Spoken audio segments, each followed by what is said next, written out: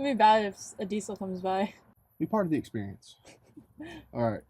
Can you introduce yourself and tell us a bit about your background and what you do? My name is Lauren Kenzie. I'm from California, and what I do is I make content, ride horses, and just do social media stuff right now.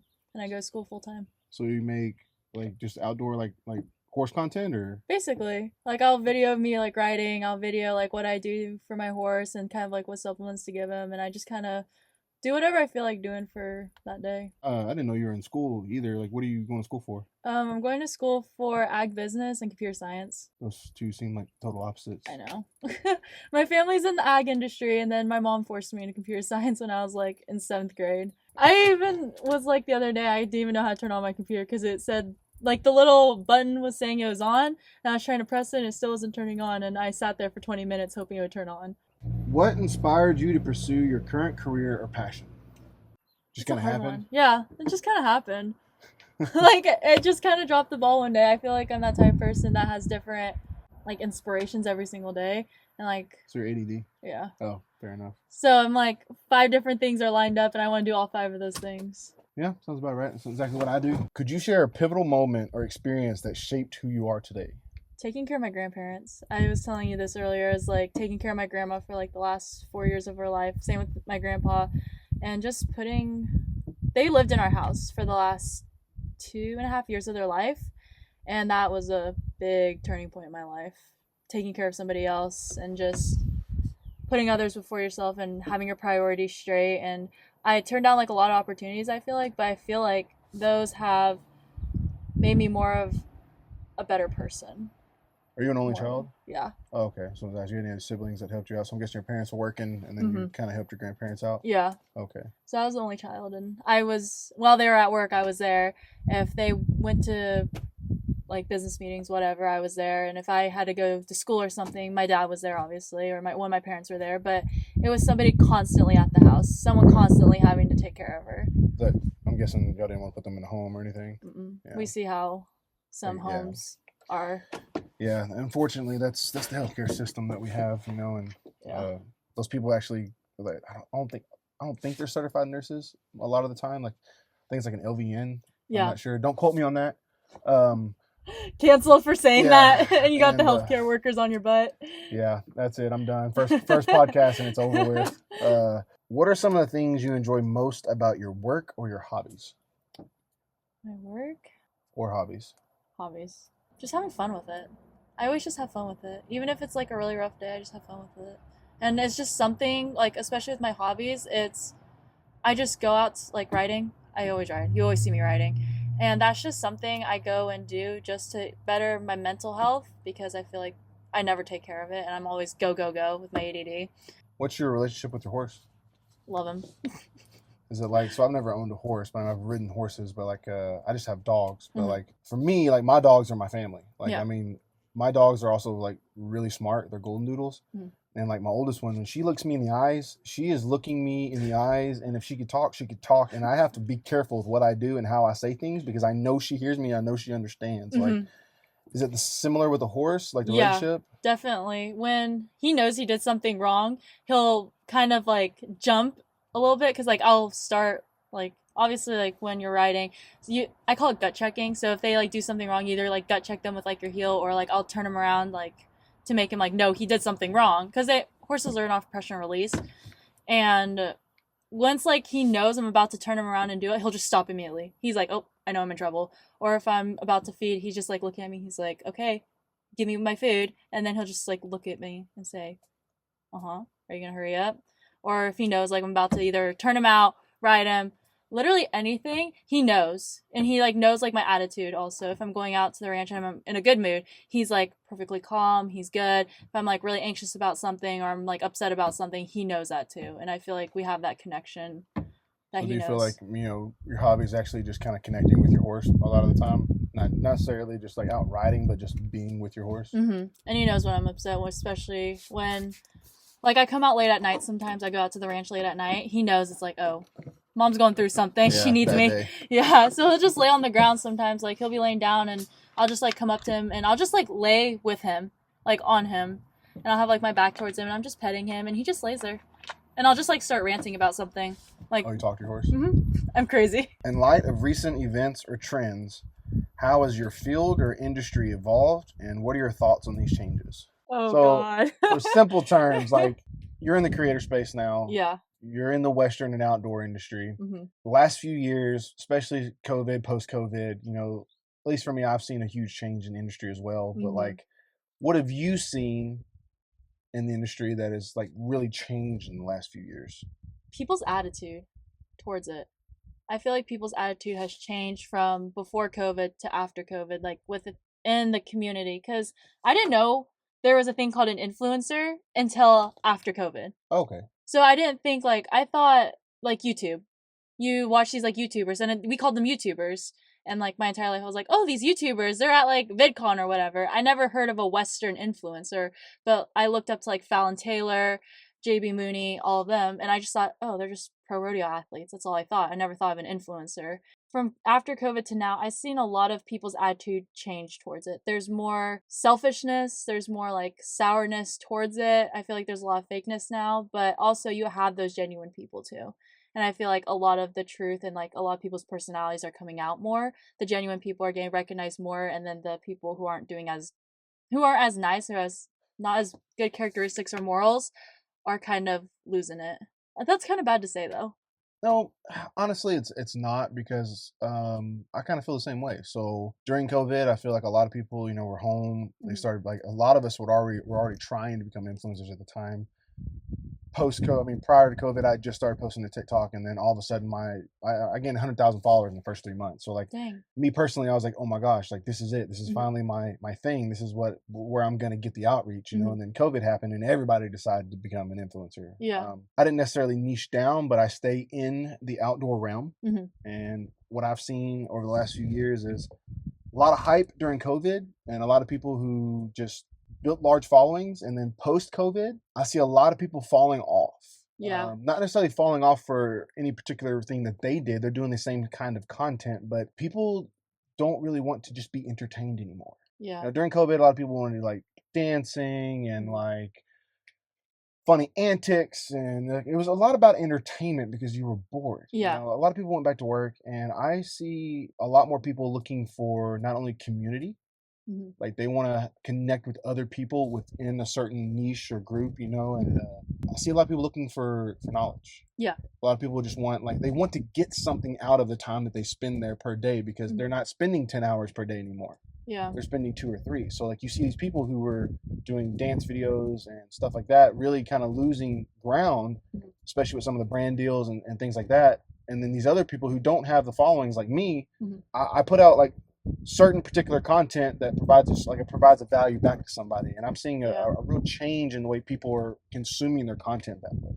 I agree with that, especially like on TikTok. So much is like going on TikTok right now. There's so much drama. I will go on TikTok for maybe like 5 minutes to look up something, because I'm that person who doesn't use Google. If I need to like learn something, I'll go on TikTok.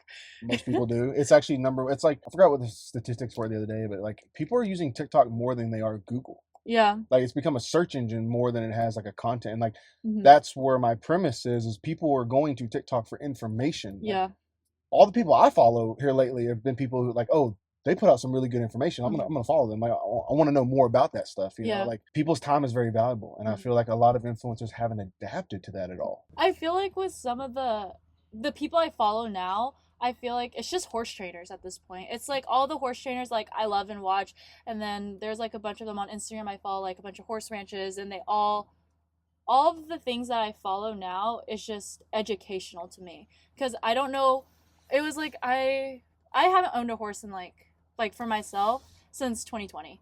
I didn't know what supplements to give. I didn't know anything. I just knew what I was told when I was younger, and then that was it. That was just point blank. Never used anything this like different. And I was like, okay, let's branch out. Let's see what other options are, more natural ways, instead of just supplementing the crap out of your horse from Tractor Supply. So I went on TikTok and Instagram and to see like, okay, what supplements or what vitamins should my horse be getting? And I looked at these $500,000 barrel horses, some like jackpot rodeo horses or jackpot horses that are like getting fed just like spices and stuff that humans would eat. And I'm like, oh, that's so much easier than spending $100 at Tractor Supply for like to get extra crap in it and extra Yeah, unnecessary actually, stuff in it. talking to Roy and Nick, they were talking about horse feed one day, and I formulated my own supplements before, so I know a little bit about what goes into it. But I didn't know, like, there's so much things that you can't give horses that ends up popping a drug test or something like that. But it's actually natural and found in nature, but like it's even stricter on horses than it is on people when it comes to certain competitions. Yeah. And I didn't even know that. But just like you said, like that's something else that I've seen in this genre TikTok here lately in the last few years is like people who normally wouldn't start a YouTube channel for stuff like that will start a TikTok. Yeah. So people talking about that, or like the chicken feed thing that happened last November. Don't cancel me if I say something about that either. Okay. We all know what happened with Purina and the chicken feed. And you're getting canceled 2023. It's real and we know about it. I don't even feed my dogs Purina dog food anymore.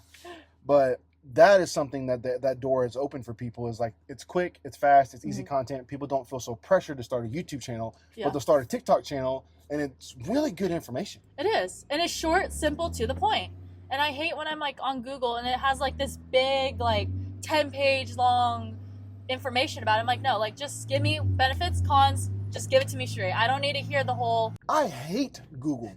Not only is ChatGPT my best friend, but then TikTok too. Like when I want to know something, the last thing I do is go to Google. We don't consume content the same way we don't search for shit anymore. Yeah. I don't want to search for 10 fucking blogs and I have to look through all these blogs. And like I'm having to search for an answer that is like not even on the second page of Google. And I'm like, just give me the one little thing I need. Like this is gonna get a little technical, but like I was trying to create a PDF form the other day and I just needed to know what the JavaScript was for a text form field. Yeah. I typed that in, you would think, hey, what is the text form field for a PDF in Adobe? I get all the questions answered, blog, everything around that answer, but not the actual answer. I go to ChatGPT, I ask it, it tells me and then gives me the code to copy and paste. Yep. Google, you're out. You're done. That's one thing that TikTok I love about it is like people that normally wouldn't get on YouTube and start a full channel will get on TikTok and start, and it's really good information. And like I feel like that's something that's really changed in the last few years, and a lot of influencers haven't accepted that yet. Yeah. I agree with that. Because the original TikTok hype was dances and all this stuff, and like being funny, or like I know a lot of people that just started kind of on meme pages, you know, and it's like that was cool during COVID, but we were all so bored. But like people aren't bored anymore. To watch. They're not bored anymore, and they want information. You know. Yeah, and I feel like I want to kind of get more into like the educational realm of it. I just don't. But like I kind of steal, like I don't steal. Hold on, that's bad to say. I steal. Like I take repurpose and reuse other people's like ideas. So, and I feel like that's the same like in the content world and like the social media industry. We kind of like reuse all the same thing. Like some person uses one method A, some person uses method B. The third person will use A and B together. So, like, I kind of do that, too. That's what I do. So, I'll take a trend that I find, and then I make it my own. Yeah. I mean, instead of doing the exact same kind of trend, I might add a little extra flair, or, like, do a little bit more over the top, you know? Like, that's one thing I was known for in the very beginning of me making content. Like, it was nothing for me to drive 30 minutes across town and wait an hour in line to go film this part at, like, a film festival or something. Like I would go that extra mile, just like the beer poster challenge. I should have won the beer poster challenge, by the way. Best. TikTok, you're a hater, and I dislike you for that one. That was going to be my viral video. I had 300 shares in the first hour. Did you really? I had 300 shares in the first hour. I went all the way to Galveston, which is an hour and a half. Drove down there, did the full shoot on a beach in a onesie with a mullet and everything. Had the poster made at Walgreens. I mean, I went through the steps. I wonder what the Walgreens workers thought about when they printed that. They were laughing. They were laughing so hard. Like we have it in storage. It's a full 3x2 foot poster of me in a bikini from my wife. When she woke up, she would sleep the night before. I'd hung it above her dresser. Like it was. But TikTok. What did she say about that one? Oh, she laughed. She was like, "Oh my god!" But like that's kind of stuff I used to be known for. But because TikTok took it down for adult nudity. But like the other day, I saw some girl breastfeeding on TikTok Live, like it's okay. What? Yeah, but I show a little bit of side butt cheek, and I was like taken down. And then Instagram, it did all right, but like that's the stuff I enjoy doing, but I always get taken down. I just like, I just give up. What are some challenges or obstacles you faced in your journey, and how have you overcome them? Like the social media, or just in life? Just in life. Just do both. Like what are some obstacles you've faced so far in becoming a content creator? content creator, I feel like people telling you can't do it. And I think that's the same with life too. Like, I feel like my entire life, this is gonna sound so bad. The people in my hometown aren't the nicest. And I was not the most liked. And people would always say, oh, she's never gonna make it. She's not gonna do anything with her life. She's not gonna do whatever, and just talk shit. And that's all they did. That's my entire hometown. They just talk shit. No offense to anybody who's from there, but that's what they do. And I feel like when somebody, my mindset has changed obviously, but now when someone tells me I can't do it, I'll be like, I can do it 10 times harder now. And that kind of motivates me now. So I feel like back then it was an obstacle. Now it's kind of fueling my drive, especially with content creating too. When some people are like, oh, why is she becoming a content creator? Like, that's stupid, or that's not going to get you anywhere. We just got back from Texas. That was the coolest experience ever. Met so many new people. Finally got to meet you after, what, a year and a half of knowing each other? Yeah, something like that, yeah. Like, it was the coolest experience ever, and I was so grateful for it. And the people, like, when I got back, everyone's like, wow, she actually went to Yee Day. She actually got invited. I'm like, yeah, because I worked my ass off for it. And you guys told me no, and I told you I'm going to do it 10 times better. It's funny that you say that, because, like, a lot of people that I meet all have, like, a similar drive, and it's same to me. Like, I grew up super poor. Like, no central AC and heat. Me and my brothers, 2 other brothers shared a 10 by 10 room. Like, I didn't have central AC and heat until I was a sophomore in high school. Dang. Yeah, like, I grew up super poor. So, like, at 15, I went to work 40 hours a week because I wanted nicer clothes for school. So I had to go work for it. And all my life, I've had to work for what I wanted because it was never given to me. And then my dad was actually a millionaire and lived right down the road, but, like, we didn't have any relationship just because, I'm not even going to say no offense because of offense. He's an asshole. You know, and so it's kind of always been in the back of my head as fuel for the drive. And then I joined the military out of need, not necessarily want. I had friends that were gung ho. I just, like, I'm poor. College is expensive. I tried that. I got a pole vaulting scholarship, and then I realized college wasn't really my thing. I knew it wasn't going to be. Got a really good job when I got back from the military, and then spent a few years making money doing dumb decisions. And then around 25, I was like, you know what? I just want to do something different. You know, I want to do something different. So I started bodybuilding. And I worked shift work, which if anybody's ever worked shift work, it's really, really rough on your body. What so is that? I would work 4 nights. I'd be off for 4 days, and I'd go back and work 4 days. Oh, okay. 4 and 4, but it was 12-hour shifts. Yeah. 4 in the morning to 4 in the evening. I mean, it was like rotating. So Jeez. like every 4 days I was off, but every 4 days I'd swap from nights back to days. And everybody told me I couldn't do it. And I was always the smallest of all my friends. Everybody talked shit, you know, and I was like, you know what? Spent 4.5 years. And the next thing I know, I'm home for Christmas one day, and usually everybody comes home to my small town, and like I just get the whole, bro, you're fucking huge, and I'm like, that shock. That shock. I was like, you know what? Yeah, I am, but like I've been in 3 fights my whole life. I don't fight, you know. I like my face, and I'm not coordinated that way. But after that, it just I want to say bodybuilding really set the tone for like everything I decided to do moving forward, because 4.5 years of hard ass, like I have Excel spreadsheets of everything I ate for 4.5 years. Dang. Like a bodybuilding competition is 12 weeks of preparation. Yeah. And if you screw up even like one meal and within that last 2 to 3 days, it can screw your whole time up. Like you get 30 seconds. You spend 12 weeks to get 30 seconds on stage. Yep. And it's you versus 200 other people. Like that mental, like I can't even tell you the mental battle like you fight losing on a competition stage to people next to you. It's insane. And like you're dehydrated and everything else. Well, then people told me that I make too much money. I was making about $100,000 a year. There's no way I could do something on the side that would take me to do something else. And then working in the chemical plants, they try to keep you there. They try to drown you. They want to like stay in the past. And I'm like, I want to move to the future. What's next? What's coming up? And like, I feel like people have always told me you can't do that. Then I do it, and it's like, oh shit! Like, hey, can you write me a diet plan? Man, like, how'd you do it? Like, literally every single time I did something, you know. Next thing I know, like, I started getting my TikTok count up, and I had a friend of mine who told me video was stupid. Next thing I know, hey man, can you show me how to edit a video? You know, like, and it's every single time I've made that milestone, but like people don't understand the amount of fucking work. Even influencers, like we talked about it a minute ago, like. How much work is it to post on every single platform every day? Like, oh, it's just a post. I'm like, it's more like it's writing the captions, it's setting the picture right, is it squared right, is it match the way it flows on your Instagram? Like, people don't take that into consideration, and it's like, it is a lot of work. Yeah, and it takes time out of your day too. Like, you could be doing like hanging out with your friends, but instead you're making content and you're putting yourself out there to get either brand deals, sponsorships, whatever, making money. Right. Or making Because a lot of people contracts. don't realize that becoming an influencer, you are a marketing billboard. That's Mhm. all it is. Influencer is social media marketing, and like some people offer value for the content, etc. Like there's all different forms, but like at its base core, it's marketing. And people don't realize that, yesterday I spent an hour repurposing content to get it posted. Not even like making the content. It was like I was getting it repurposed, make sure it's done correctly, scheduling the times, getting it all optimized, and like it is a lot of work. And then when you start like nowadays, when people ask me shit, I'm like, you can't do it. Mhm. I straight up tell them you can't do it, and they're like, well, you did it. I'm like, I'm crazy. Like, there's no way to explain what I do. I work 18 hours a day every day. I will drink as much coffee as it takes because in the back of my head, like, no amount of rest for me, and this is just me. Like, I don't advise this at all. Is worth me losing out on an opportunity to better myself. Yeah. And like a lot of the times when I was working in the chemical plants, it was an hour drive to work and back. So I spent 14 hours a day, gone. Like, do that 1 hour drive.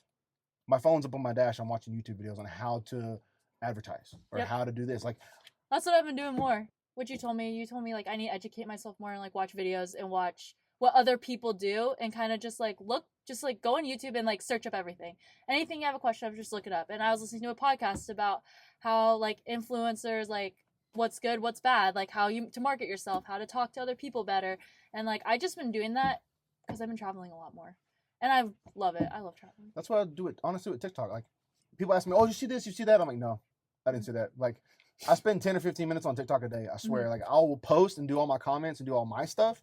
But then what I have done is I go in, and if I see too much BS on my For You page, I go in the search bar and I'm typing up advertising stuff or AI search for product management or like next thing I know. So what I've done is curated my TikTok algorithm so good that when I get on for 10 or 15 minutes, I get useful information every single day. And I don't have time to look it up then. I'll save it to my phone usually because I'm like, if this is really good information, TikTok's probably going to take it down. So as I hate TikTok doesn't want you to there's nothing worse than going into your saved videos and then seeing the gray. Oh yeah. I'm like, oh, like that was a good video. Like I needed to know how to become a real citizen, but like, so I'll save it to my phone and then I'll go look it up later.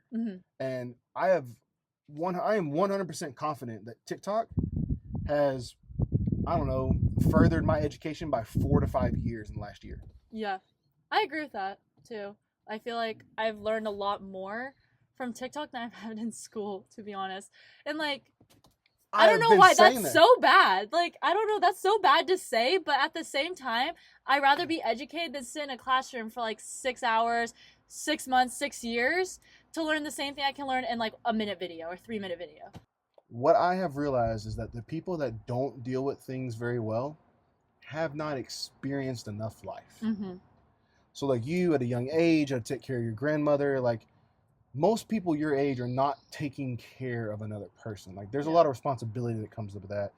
And me personally feel like you handle certain situations a lot more maturely and differently because you've already dealt with the stress. Like it's not that big a deal to you. It's like when something happens, somebody freaks out and you're like, why are you freaking out? It's not that big a deal. It's because they haven't dealt with that kind of stress before. And me personally, I've dealt with so much to the point that people look at me like, how are you still walking and alive? That literally nothing phases me anymore. Yeah, nothing phases me. Even like when I am stressed, like I get stressed about things obviously still, but I'm not gonna sit in my room and cry about it, or I'm not gonna be sitting like in my room being anxious about it. No, I'm gonna go do something to make it better. Or go better myself instead of just sitting in my room going, oh, poor old pitiful me, and throw myself a pity party. Right. And like, I feel like an asshole sometimes when people like freak out about something and I'm like, it's not that big a deal. Or like, well, you don't care about my feelings. I go, no. No. Like, and then I explain to them like what I do on a daily basis. And then like their eyes get real big or their jaw drops. Like I'll never forget a friend of ours, rest his soul. He passed about 2 months ago. Oh, I'm sorry. Yeah. It's, we don't know the total details, but it was like, it was an accident. That's all we're being told. So I'm not really sure what the details were. But like, I remember he worked an 8-hour job and like I was still doing my thing, working 12 hours, go to the gym afterwards. So like when I get home, like I've already had a 15, 16-hour day. And then I'm spending time working on my business. Because at one time, so my wife was working straight nights at the hospital. I'm working shift work. We had a vending machine business that we operated together. She had her bakery business that she operated. And then I had my fishing apparel. Yeah. So we had 3 businesses between the 2 of us plus full-time jobs. Yeah. And explaining this to my friend, and then he was like, he literally complained about something that he didn't have time to do something after work one day. And I was like, how many hours a day do you work? You come straight home after work? He goes, yeah. I go, what do you do when you get home? Mainly just smoke weed and watch TV. I'm like, and I explained to him my day, and he literally was like, I never heard him say another thing about it again. Yep. And it's like, people don't realize that, like, I don't even know the term for it, but like, you're capable of so much more than you limit your mind to. I agree. I didn't think I was going to be able to take care of my grandma when I was a senior in high school. Never even thought about it. And I did it. And it's made me a better person today. I feel like it has. What's crazy is, like, not that long ago, people had full families at 18. Yeah. At 18, it was almost weird for you not to be married with 2 kids already. Mm-hmm. You know, and like nowadays, and you'd be lucky if the person's fully mature by the time they get out of high school. Yeah. Or college, let alone. Yeah. The dating world now is so weird. Oh, I'm sorry. Like, I wouldn't even want to date in today's world. It's so weird. Me and my wife actually met on TikTok. Not Really? TikTok. I'm sorry. Don't. Oh, she's gonna kill me on that one. Tinder. Really? Yeah, we did the whole Tinder like photo shoot thing too for like our engagement photos and everything. But like, yeah. Did she say, I'm glad I swiped right? It said we're a match. It had like the whole little face thing that, you know, you get your face in, like, and then it had the date that we swiped and all that stuff. That's and, like, cute. It's cute until you hear the story and it's like, oh, it's not that cute. But you guys are married now. You guys have 2 dogs. You guys are both living your best life. Literally around that time, I had like 1,000 matches too. I only went on 3 dates, and like one of them was actually the worst day I've ever been on my life. Like scary. Like I don't like Tinder. Like I got out of my truck at 6. I was in my truck leaving at 7. That's how bad the date was. And yeah, it was bad. I haven't had a bad Tinder date yet. I've been on like, I'm gonna get killed for this one too. I've gone on 3. There was one that was like not bad, but like I just got like weird vibes. You know what I mean? So it's a bad date. Yeah. No, he wasn't a bad person. I don't think our personalities matched. Because I'm a very talkative, outgoing person. He was more conservative, like to himself. So it was opposite for me and my wife's date. But I was also so hungover, and I took my Vyvanse that morning just to try to stay up. And then we went to Topgolf, and it was the middle of the day. Oh God! And I was shaking, trying to drink mimosas, just trying to keep myself level while I was sweating my ass off. And oh God! I would not shut up. I don't even know why she went on the date with me after that. Honestly, like. She's like, oh, he's so cute. He just wants to talk. No, she thought I was annoying, 100%. And like, we just kind of kept on. It was like a 9-month thing, and then finally we're like, "Are we gonna do this or what?" You know. And aww. Well, she actually did that to me, and I was like, "Okay, I guess so." That's all. Because I had just gotten out of a really long relationship, and I was like really not wanting to be tied down. Because it was like that was brutal, you know. And I was like, "All right, well, I got away with it for this long. I guess we'll go on a date. Like we'll make this for real, you know." And it was different. We have a different relationship because, you know, most of last year we didn't even live together. Yeah. I remember that. Even when we were dating, I'd probably see her once a week for maybe an hour because she lived 45 minutes across town. And when you're in nursing school, that's your life. You know? And then I worked shift work, and then I'm very practical about things. Like I'm not going to spend every waking minute of my days off with you because I am an adult and have things to do. Yeah. You know, and it's the same way when we got married. Like she'd have a day off, we'd have a day off, and she'd be like, "Hey, you know, what do you want to do this day off?" I'm like, "I have stuff to do. You know, I have a business to run. I've got to go do this." You know, and we actually share Google calendars, and that's how we've kept up. Even living together, we would share Google calendars and try to plan our days off together. And that way I know what she has going on and she knows what I have going on. See, people, you can make it work even if you're busy. There's just a system and a process in place for everything. That's how things work. How do you think these big companies run? And people look at me weird all the time when they say, like, you share Google calendars just to have a date with your wife? I go, yeah. Yeah. Because, like, if she tries to do that on a day that I might be busy and I'm going to try to, like, make it happen to make her happy, well then I'm going to be upset because I'm anxious or I'm trying to get something else taken care of or something. Like, no, like I need that in my schedule. I know that is our safe time. I'll turn my phone off. I will go, and like I am hers for that time. I don't want to be there with her because we need to be together. And that's another thing too. I freaking hate this stereotype on relationships are supposed to be like this or that, or like, no, relationships are supposed to be how you want them to be.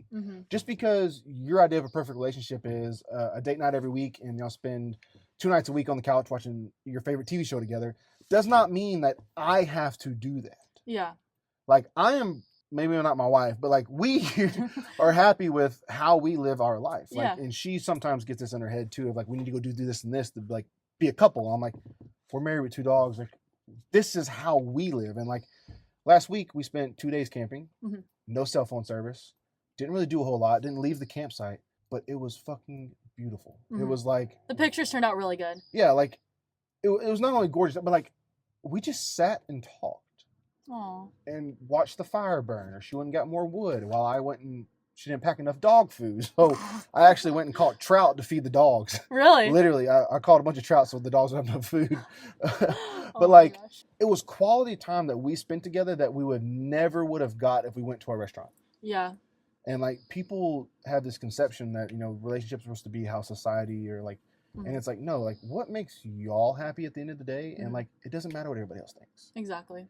And like, people have a hard time wrapping their head around, especially with the way we live our life, because we do live it a lot differently. You know, we travel a lot. We spend a lot of time apart. My wife goes on trips. I go on trips. Like, I remember one of my coworkers telling me that when I was still working in the chemical plants, like, you let your wife go to Mexico? I go, first of all, I don't let my wife do anything. She doesn't have to ask permission because I don't own her. Like, oh, don't even get me on that. Oh God. I don't like this idea of like, yes, like you're the man of the house and like y'all are married, but like that marriage license is a fucking contract between two people. Like, I do not own my wife. Like, that's one thing I wanted to make very clear when we got married. And when we marry into a Catholic family, you do all this premarital counseling, which I do highly suggest. Like, I was against it at first, but looking back, I'm like, it's a great opportunity to really learn some things. But like, ownership thing that some of these guys have, I don't understand it. So I'm like, that is still a person. Like, you don't own them. Like, if my wife wants to go to Mexico, I'm not gonna tell her what to do.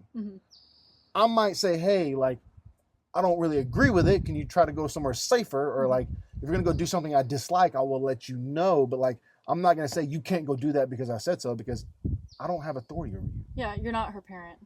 Not even that. Like, my parents don't have authority. I'm just saying, like, once you turn 18, you're an adult. Like, just because you're married to somebody or you're in a relationship with them doesn't give them ownership over you. And like, a lot of people lose that. You know, like, my wife goes on trips all the time without me with her friends. I'm like, I encourage it. Like, there's no reason a woman should like you and your friend have that once a month trip, right?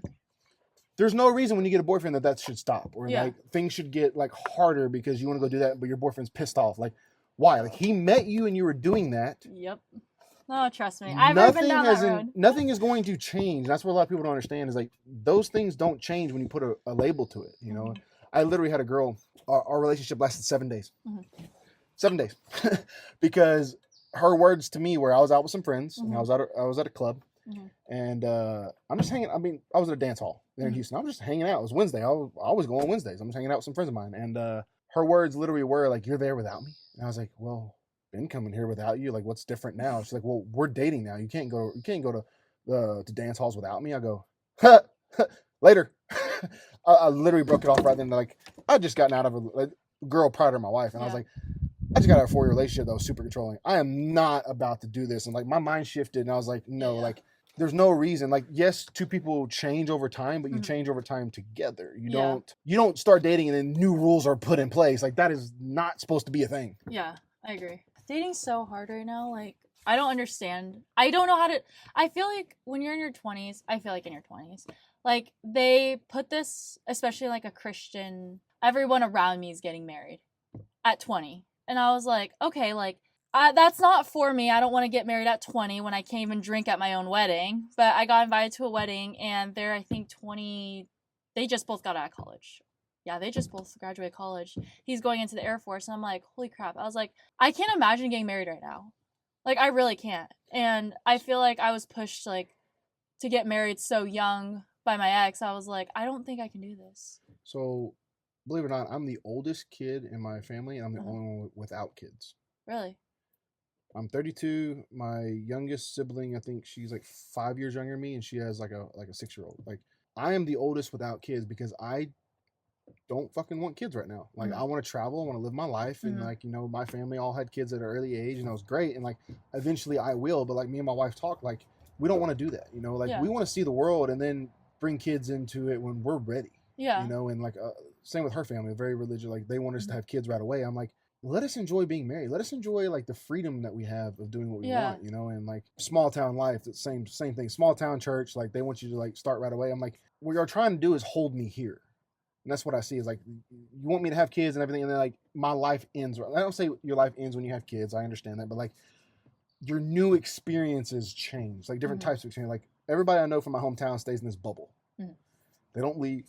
They don't accept anything new, or like, they don't change. Like, my most of my friends are still having the same conversations they were when we were getting out of high school. You know, like, And that's just not for me. Like, I want to, me and my wife decided we just don't want that right now. And like, plus, I don't know how I bring a kid in this world right now. Anyways, we're not gonna go down that rabbit hole. Oh God! If there was a mini me running around, I'd feel bad for this entire world.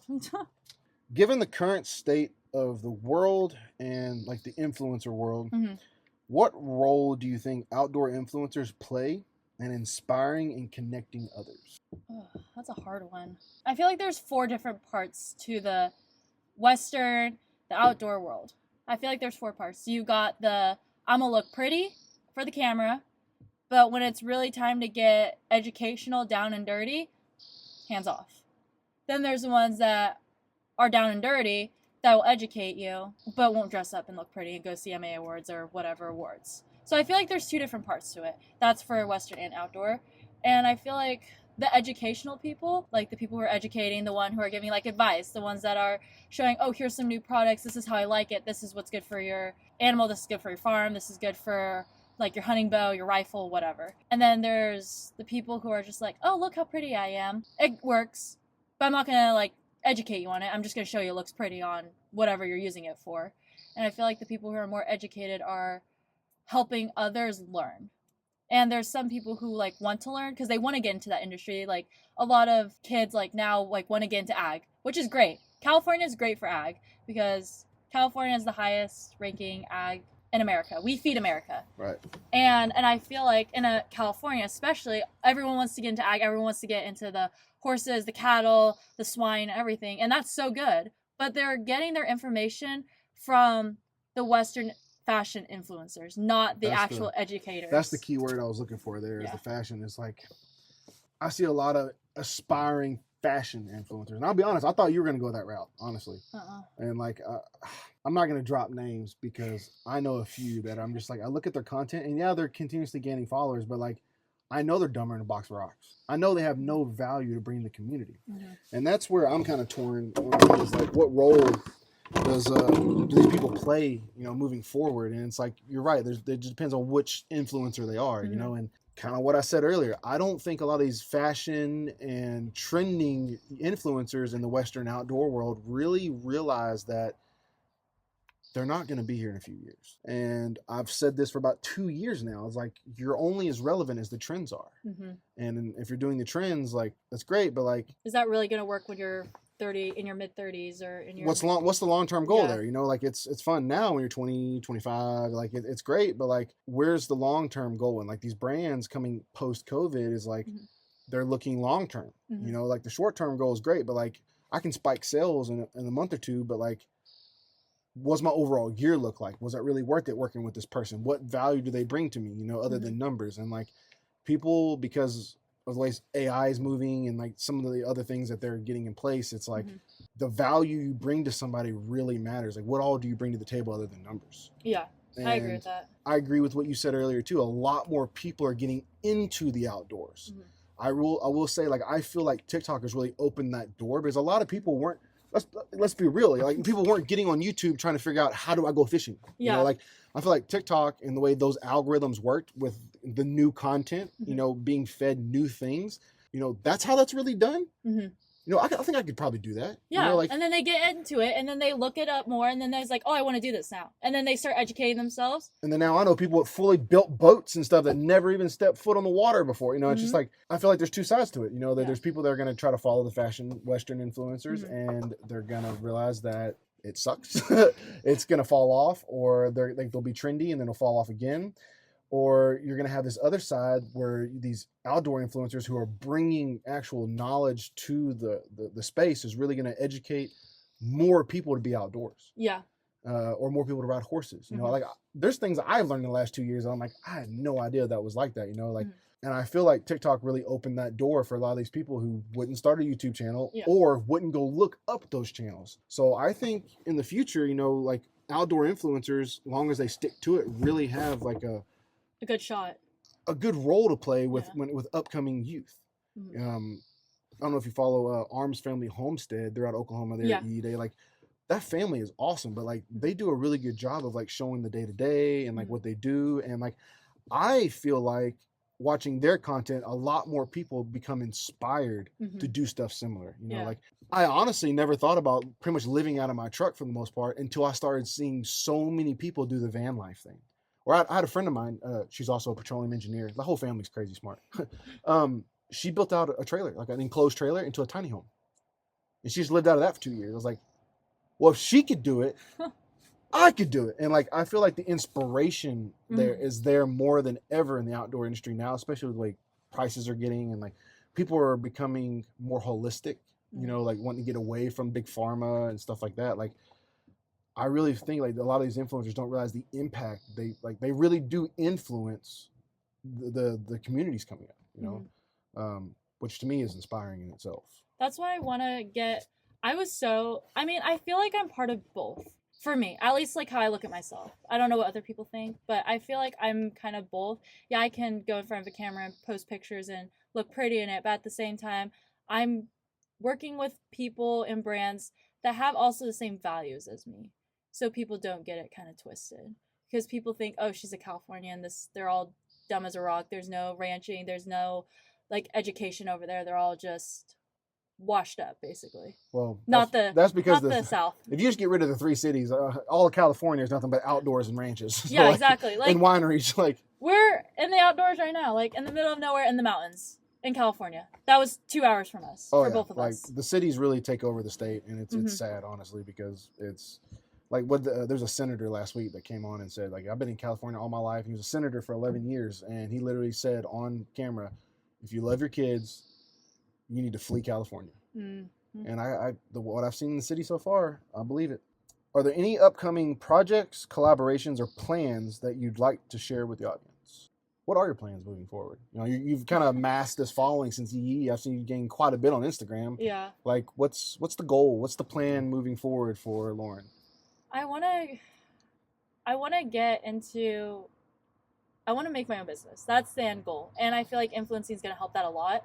And it's not going to be, oh, apparel or like, oh, like hats. I want to get into equine supplements. And because as stereotypical barrel racer, we all supplement the crap out of our horses. And obviously, any performance horse, reining, cutting, sorting, anything like that, you want your horse to perform the best. It's like an athlete, bodybuilding. You want to have the best supplements in you. And I hate how some of these brands like put crap into the supplements that you don't need. Or it's just kind of like wasteful. So then why don't you do that? I'm going to start that hopefully within a year. Why are you waiting so long? Because I need to get educated more on what I need and then get connections because I'm trying to figure that out. Lauren doesn't even realize who she's talking to. I know. I literally build brands for a living. I know. I've literally created my own supplements and formulated my own supplements. Okay, I didn't know this until you told me about an hour ago. Really? Yeah. You never told me that. My very first... they still might even have the Instagram up. It's called Final Form Nutrition. I created my own pre-workout and had it selling in 3 stores. Oh, shit. Yeah. And while I was still working full-time, I was working part-time. So I'd work 12 hours, go home, sleep for 3 or 4, get up, and we'll go work part-time at a nutrition store to learn how people buy it. Huh. When I tell y'all I'm fucking crazy, I am crazy. I was working a full-time 401k job, working part-time also on top of it, just so I could learn how people buy things. I didn't know that until an hour ago. Well, you know now. That was the very first thing I ever did. Dang. So, yeah, that's what I want to do. And then hopefully I want to get an NFR this year. I like being in sales and marketing. And I want to be, like, that's what I feel like it is. What if I told you you could start your own supplement brand and have supplement selling in less than 3 weeks? What would you do? Probably laugh and be like, okay, let's do it. But no, seriously, if I told you that information and you knew that information, what would your goal and what would your plan be? To get started, write contracts, get the ball rolling, go to feed stores, see what feed stores will sell it, start going small, and then hopefully go big. What would make yours different? Why would you want to do that? What is the inspiration behind? I know you said like you're tired of seeing all these supplements that like this feed that they're giving the horses, which is crap. Like where did this inspiration come from? Did something happen to your horse, or like you just don't like what these people are putting out? I don't like what these people are putting out. I hate going into a feed store and it's like, oh, here's like one supplement magnesium, here's another for like ulcers, here's another one for turmeric, here's another one for this, and this. And then by the end of the day, you're walking out of Tractor Supply with a $500 bill. Narrow that down, mix it, make it have magnesium, turmeric, whatever you need, calming, separate, all into one instead of you having to carry 7 buckets and then making your whole life a complete disaster because you have to kind of figure out what you need for your horse. So basically you want to create like all-in-one supplements for like different things. Yeah. So like if you need one for calming because they're high anxiety, you want to create that. So like basically not only help your day, but also make it easier on your horse because you're able to find the supplements faster. Yeah. And instead of like on the, like if you see me in Tractor Supply, you know I'm crazy. I will stand there for 30 minutes looking at what I'm buying on my phone, reading the reviews, also looking up like where it's manufactured, seeing like who's manufacturing it, what is like everything, make sure it's BDP certified, make sure it's like the vets like it, the National Riding Society likes it, or whoever I'm looking up, and I'm like reading it and doing both at the same time and just standing there and making sure I'm giving my horse something. And how many of those labels you see an ingredient that it's like you can't even find the answer for it? Yeah. And it's like some long ass like maltodextrin is on the top one because it's a filler. It's really just carbs. Yeah. Like one of the worst things you can ever see on a label, people, and I've said this before, but one of the worst things you can ever see on a label is FDA approved. FDA and CBD. Don't ever buy anything that you're thinking is going to be all organic for FDA approved. You know why? Supplements are not regulated by the FDA because supplements include everything that is already found in nature. If it has to be FDA stamped, that means that the Federal Drug Administration says there's something in there that isn't natural, but we've okayed it for consumption. Oh God. Does that make sense now? Yeah. So in Texas, when I have a supplement business, 1, that you don't pay taxes on supplements. 2, you don't have to get approval for it because everything that's in the supplement is found in nature. And everything found in nature is okay for the body, for your horse, for everything. So like if you ever see a supplement that says FDA approved, just put it back on the shelf. Because FDA approved means there's something in there that's not found in nature. It's synthetic. I see vitamins, I feel like, are a scam. I am a firm believer in vitamins are a scam. Like, I feel like they don't work. Like, why would you just take a little pill when you can just, like, have a smoothie with all the things that you need in it? Like your vitamin A and B. That's why I'm, like, saying if your horse or anything doesn't get it, it actually, like... Yes and no, because, like, I am so in tune with my body from bodybuilding. I can tell you, like I could eat a bar of chocolate, and every 5 minutes I could see a change in my muscle tone. Like, I would take pictures because my body fat percentage was so low. Same thing with supplements. Like, I know when I don't take my CoQ10. I know when I don't take my glucosamine, which is for joints and health, joint health. Powdered greens, not necessarily a pill, but a powdered green shake feels like somebody just threw a fucking ton of vitamin B, C, whatever shot right up my ass. Like the amount of nutrients that's dense, but it's actual ground up vegetables versus a powder, right? So like I can tell you that some supplements, depending on what they are, do work. But like what doesn't work is like if you go into GNC and you buy this like Mega Men's or Mega Women's as one all-in-day pill, there's no way in hell you can fit all the supplements you need for one day in one fucking pill. Yeah. That's the things I mean. Yeah, like if you worked at like an office, but like if you're outside, you're working, you're doing anything that involves any kind of sweat, you need triple that amount of one of those fucking pills. I do like First Form though. Love First Form. Especially their like protein powder and their like protein Well, there's bars. a reason they're more expensive. Yeah. It's because their shit's good. Yeah. Like I said, the way protein is made, which most people don't know this, but all whey protein is derived from milk. So there's 2 different types of ways. You can chemically separate it or you can cold press it. But going through those filters takes longer. You get less, and it's expensive to change those filters out. It's an RO system. First Form does a cold filter, which causes it to be more expensive. But because of that, it's more organic and there's no synthetics. I feel so, like, I do feel a difference. I do feel a difference with that versus getting like a Quest protein bar versus eating my First Form bar. I was eating one on the way up. Feel good. I don't feel like shit. Like usually after I eat a Quest bar, I'm like, oh, why'd I eat that? Yeah, a lot of times they use what you'll see on the back. It's called erythritol. It's a fake sugar, but it's a sugar alcohol. Your body doesn't really absorb it. That's where it comes down to, like, it says 1 carb because 8 sugar alcohol, which is usually, what's the name of it? The sugar alcohol is called erythritol. And yeah, we won't go into supplements too, but I know a lot in that direction. You know? Is there any advice or message you'd like to convey to aspiring outdoor enthusiasts or individuals interested in your line of work or influencing? Do your education, do your research, make sure you're listening to the right people. I feel like there's a lot of fakeness in the industries, and I feel like people just kind of do it for fame, not really for a purpose. And I feel like anyone who wants to get into it, do your research, do your education,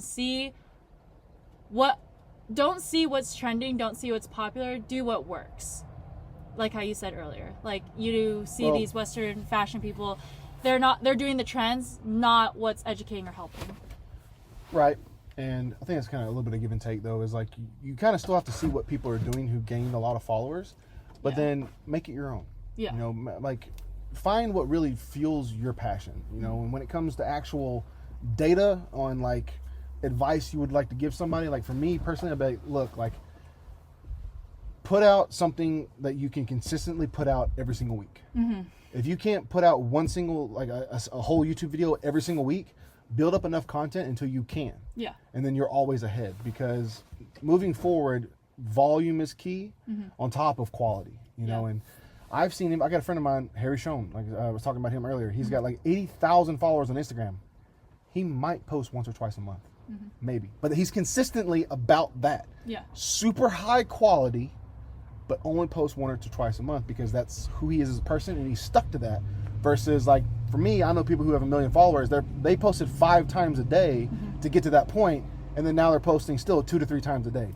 You cannot put out enough quality content for 2 to 3 times a day for 30 days a month. You just nobody's life is that interesting. Yeah. So, like, learned that the hard way after Yee Day. I was like, holy crap! I'm like, what do I post now? And I'm just like, I was like, so I just started doing the, like, even before Yee Day and before I got like brandings and stuff, I'd be like, oh, here I am going to the ranch. Here's my horse. Here's what we're doing. But here's how, you like, find the yourself doing it. Why though? Just because you feel like you need to, right? No, I feel like I enjoy doing it, showing people. I love showing people his progress. I love showing people progress. From when I just posted a video about it, of when I got him August of last year versus how he's trained now. That 9-month difference, I showed that. Didn't do good on it, but whatever. Not salty about it. But I posted that, and I was like, I am proud of this. And this was like a post like I was super proud of. And I was like, this is what I want to do, and like show progress. And that's what I love to show off, is how I'm not doing better, but like doing better than I was. Take 6 months to a year to do something before you give up on it. Like, for real. Like, I know somebody who started their own Shopify store, started their own clothing brand, and tried really hard for 30 days and then gave up. It wasn't working. It wasn't selling. I'm like, you didn't really try. Like, you tried for, like, you went live twice a week for a month. Like, you gave up. Like, I understand, like, you know, the quick hit dopamine action from TikTok, but, like, there are a lot of other people trying in that field. You can't outlast them. Yeah. Like, for me, like, I wasn't always the best at everything, but I worked harder for longer. So, like, damn, that guy's dirtbag is really loud. So, like I said, I was always a small friend. It took me 4.5 years to become bigger than everybody else. But then it took me 4.5 years. I did the same thing for 4.5 years. And, like, honestly, I haven't worked out in almost 2 years. Like, honestly. Like, I just retained what I had then. The same with everything else. Like, I try something for a good solid year at least before I even think about giving up on it. And a lot of people give up way too early. So, like, that's one piece of advice I would love people to understand is, like, it's going to be fucking hard in the beginning. You're not going to know what you're doing. Nobody knows what they're doing, because we all start not knowing nothing. I can tell you right now, 5 years ago, I don't know a fucking thing I was doing. Nothing. Like, I was shooting people's weddings, you know? Like, I was doing whatever I could, whenever I could in my time off. Like, I was still doing creative photography. Like, I didn't know how to use a mic. I didn't know how to, like, use a real camera. Like, I was still using, like, off-brand stuff. Like, the information is there. Just go get it. Yeah. Especially nowadays with knowledge is power. Knowledge is power, and it's there's too much free knowledge. Like, YouTube is a degree, honestly. Like, if you really want to learn anything, you can go to YouTube and learn it. You don't need to pay for a course. Like, there's certain courses like I will pay for. One website I use is called Udemy. It's strictly like, I took real estate courses there. Right now I've got a course on there that I'm gonna be taking for how to build a Shopify using AI, you know, in 15 minutes. Like, that course is an hour, you know, like, but these influencer courses, I haven't bought a single one. Don't buy a single fucking one of them. Like, because there's another influencer that gives that same information out for free. Every one of them that I've attempted to, I did the little fill out form, end up talking to the person. They don't even turn their video camera on. And they end up being an asshole. And I'm like, you know what? There's nothing that you know in this course that I can't go learn somewhere else. You're just giving it to me faster. Yeah. And other than that, like, you can learn whatever. So learn what you can, research what you can. Don't buy influencer courses because the information's out there. Stick to something for at least 6 months. And then, like you said, like, make it your own. Yeah. You know, like, do what drives you. Like, what really drives you. And, like, honestly, don't ask anybody for advice. You need to go spend some time alone in the woods or wherever you find peace, if it's at the ranch with your horse, and spend a few days with your phone off. I totally forgot to talk about that. So not too long after me and my wife got married, like some stuff happened, whatever, and I deleted all my social media for a month. For a whole month. I didn't have a single social media on my phone. Let me tell y'all something. When you don't have outside influence or FOMO, you really learn a lot about yourself. Because it's hard to determine what you like and what you enjoy when you're always seeing what other people are doing and then you're wanting to go do what they do. Make sense? Yeah. So like, you see them do like somebody's wakeboarding. Oh, I'd love to go do that. That'd be so much fun. You know, like that's how I always end up with buying so much shit and then trying a hobby once and like, oh, I really don't like this, and like go and sell all this stuff. Like I got all kinds of spear fishing stuff. I got stuff to go elk hunting. Like I'm an idiot. Don't listen to me on that side. But like, spend some time alone, away from people, off of social media, and you'll really find what your passions are. Mm-hmm. And it'll shock some people to realize that they don't have any passions. They just have interest what they see from other people, which is scary, by the way. Lauren, yeah, thank you for being my test dummy. Thank you for having me. The Influencers Tailgate. This is the start to hopefully a really awesome series, and looking forward to seeing the supplement company that you come out with. Now I have to do it because I said it. Yeah, now you have to do it. Now I have to. Yeah, you have to.